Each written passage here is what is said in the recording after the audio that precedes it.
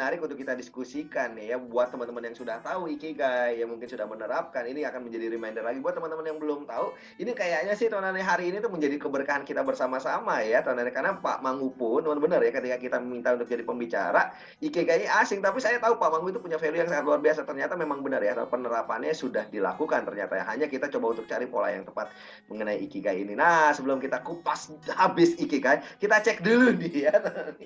Kita cek latar belakangnya nih ya, kenapa rekan-rekan leader ini ya, Bu Ben ini sama Pak Mangu ini mau berbisnis dan khususnya berbisnis di asuransi jiwa. Halo Bu Ben. Ya, Mas Andi.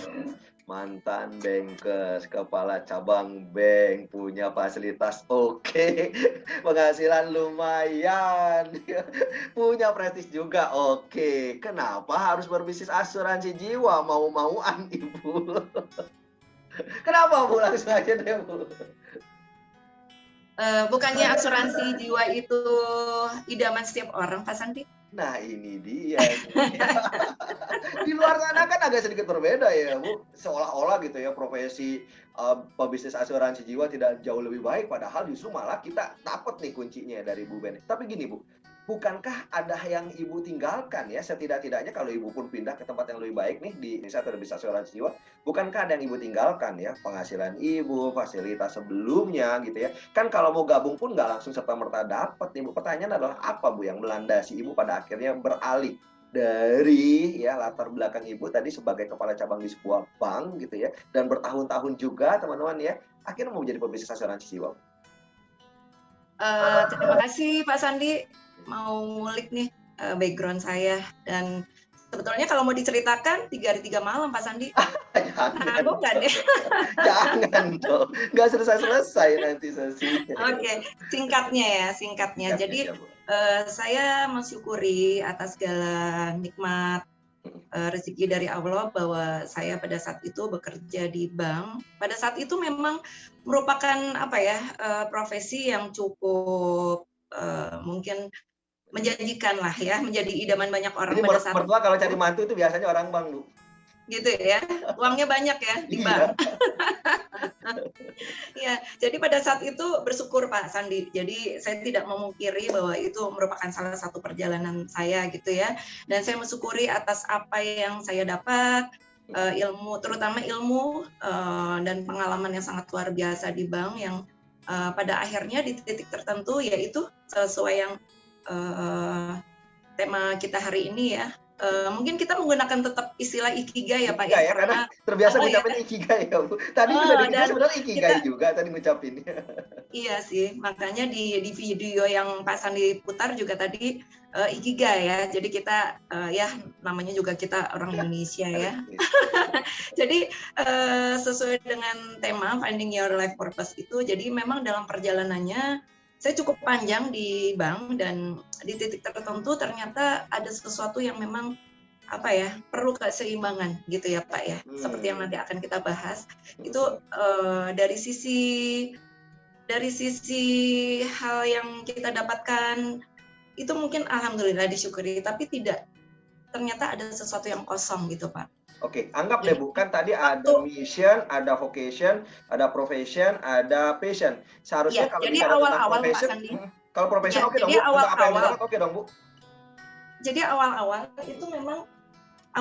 itu memang saya tentunya karena baru lulus kuliah gitu ya, tentunya ya intinya adalah mencari pekerjaan dengan mungkin pengalaman yang masih sangat minim, walaupun pada saat saya kuliah saya juga nyambi kerja, tapi kan tetap anggap aja zero experience gitu ya Pak ya, dan dibayar pada saat itu karena memang perlu uang untuk kehidupan sehari-hari gitu ya, sehingga ya awalnya hanya seperti itu aja, tapi dengan berlalunya waktu, dengan kita juga berkembang gitu ya Pak ya, tentunya kita lama-lama tahu passion kita seperti apa, walaupun passion itu sendiri juga bisa berkembang dengan pengalaman, dengan pengetahuan, dengan mungkin lingkungan kita, itu bisa berkembang Pak.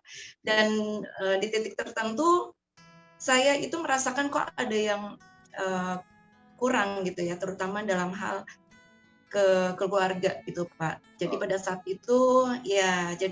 itu memang alhamdulillah segala macam fasilitas ya, artinya bicara cukup ya untuk Ya. hidup di Jakarta, Ya. mungkin rumah, mobil, dan kenyamanan gitu ya Pak ya, alhamdulillah bisa didapat. Tapi kok waktu rasanya kurang ya pada saat itu, karena saya kebetulan punya anak 2 ini Pak, berdekatan usianya. Yes. Yes. Jadi beda setahun, dan pada saat anak saya yang kedua lahir, itu saya mulai kuliah lagi Pak. Mulai kuliah lagi S2 pada saat itu seminggu anak Ya. yang Artinya habis ya Bu waktunya ya ya, Bu untuk ya, keluarga dan ya, karena itu Ibu di bekerja, situ ada kuliah juga ya. Iya, dan di situ titiknya saya merasa apa ya, oh ya bisa dibayangkan kan, seminggu anak yang kedua lahir saya mulai kuliah, dan anak yang pertama itu baru 1 tahun 5 bulan Pak usianya, berarti masih baby juga ya, dan saya masih bekerja di bank tersebut gitu. Jadi bisa dibayangkan overlap yang seperti itu, sehingga aduh rasanya bukan ini ya yang saya cari gitu. Jadi memang masalah waktu itu yang membuat saya mencoba untuk ya bergerak gitu Pak. Gitu Artinya sih. kalau kita Jadi bicara tentang keseimbangan di dalam hidup gitu ya, kalau bicara tentang uang ya, apakah uang kita bisa membuat bahagia ya, bisa jadi iya, tetapi apakah ada yang hilang ya. Nah, waktu ternyata ya Bu, kalau bicara tentang yang ya, hilang, jawaban dari Bu Ben adalah waktu nih yang akhirnya tidak terbayarkan ya, karena uang oke, fasilitas oke gitu ya. Kalau kita lihat tuh ya, what you paid for ya Bu, gitu. Artinya seberapa banyak yang kita dapatkan dari apa yang kita upayakan seharusnya cukup. Tapi apa nih gitu ya yang kita dapatkan lebih dari itu kan, bukan cuma uang ya, kebahagiaan kita juga harus ya, kita ukur. Dan ini yang tidak didapatkan. Bukan tidak ya, tapi belum didapatkan, karena kuncinya dari Bu ya, Ben tadi tetap bersyukur ya. Tetapi gini Bu, ya, akhirnya kita lanjut dulu ya. Memilih asuransi jiwa karena Ibu melihat ada peluang itu ya untuk menembus waktu untuk bersama keluarga itu ya Bu. ya, betul Pak. Jadi memang pertimbangan awalnya adalah waktu, dan saya memang mencari kira-kira profesi apa ya yang memang bisa mengakomodir kebutuhan saya terhadap waktu itu untuk membalas membalas hutang lah istilahnya gitu ya Pak ya, untuk anak-anak saya itu dan keluarga. Seandainya bisnis juga ternyata tidak membuat kita punya luang waktu juga gitu. Wow, ini Jadi dia nih. jadi artinya pas dengan beberapa pertimbangan, beberapa opsi, memang jatuhnya di asuransi ini Pak. Jadi Wow, luar biasa. ya gitu. Kita log ya jawaban dari Bu Ben ya, teman. Artinya Bu Ben juga pun teman ketika ingin melihat atau beralih ya dari apa yang beliau sudah upayakan sebelumnya menjadi jauh lebih baik lagi ya, teman-teman ya. Artinya kalau kita lihat tuh di Ikigai ada what you love ya. Ya iya, teman-teman ya, kita mencintai keluarga kita, bukan mencintai uangnya gitu.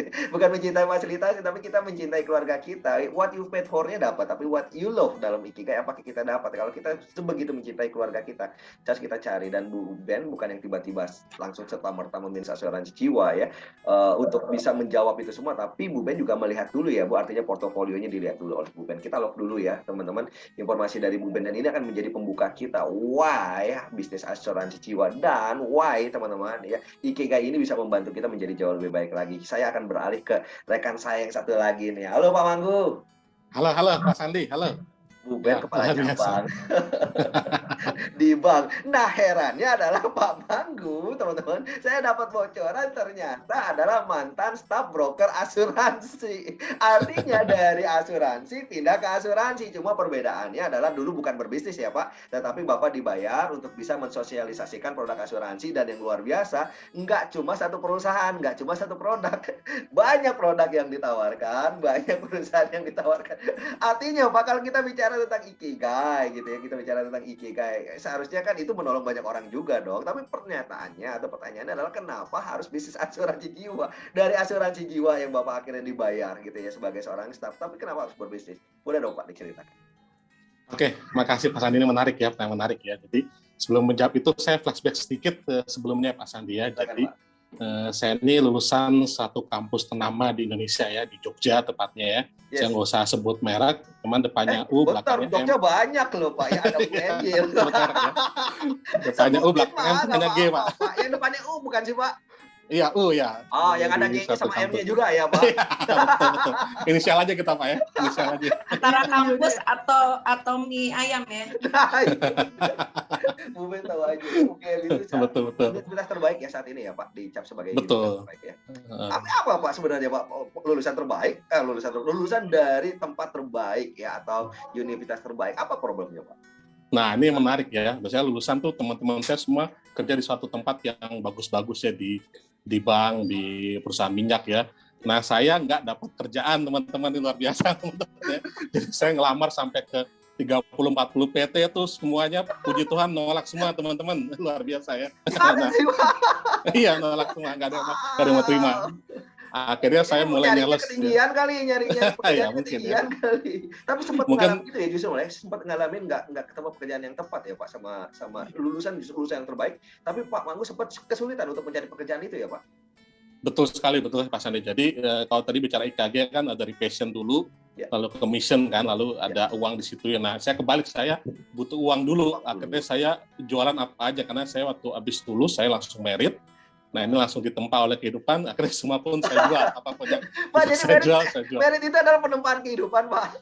Tempat kehidupan ya. Itu gado-gado, makanya disebut gado-gado ya. Nah, itu merit itu gado-gado, teman-teman. Artinya Bapak akhirnya nggak bekerja ya, tapi Bapak berusaha untuk menjadi seorang entrepreneur ya dengan menjual apapun ya Pak.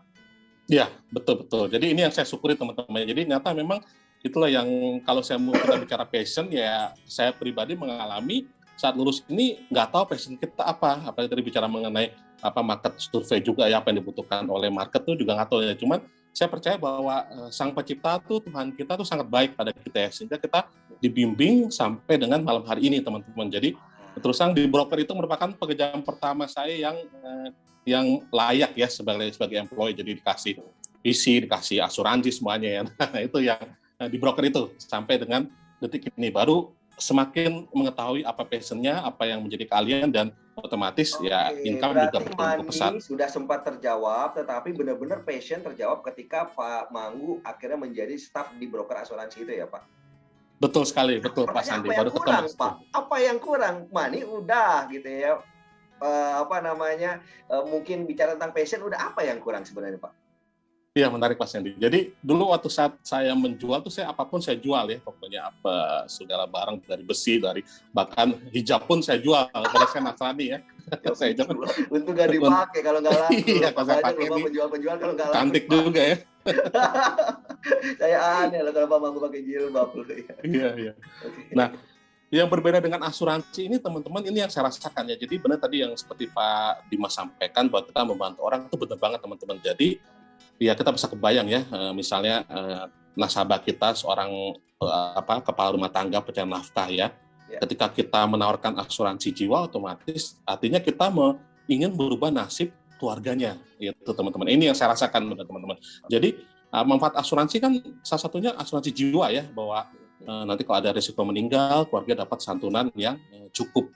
Nah, saya melihat di luar sana itu ada perbedaan teman-teman, ketika satu keluarga dia punya asuransi jiwa dengan yang tidak, amit-amit terjadi sesuatu, ya ini kasihan keluarganya yang tidak punya. Nah, ini menjadi love bagi saya, bahwa saya menganggap misi ini misi mulia sekali teman-teman yang kita lakukan, bahwa itulah misi kita sangat mulia, kita merubah nasib orang ya. Kalau takdirnya meninggal ya udah waktunya, kita nggak bisa cegah ya, kapanpun ya. Kita baru dihebohkan berita yang luar biasa ya, di kecelakaan ya, artis orang tua. Nah ini bisa kebayang nggak teman-teman bahwa misi kita itu menolong si anaknya itu loh. Misi kita luar biasa. Ini yang saya dapat. Jadi sehingga tidak ada dagangan seindah ini, Pak Sandi. Tidak ada dagangan seindah ini karena kita banyak orang ya Pak. Wah. Betul.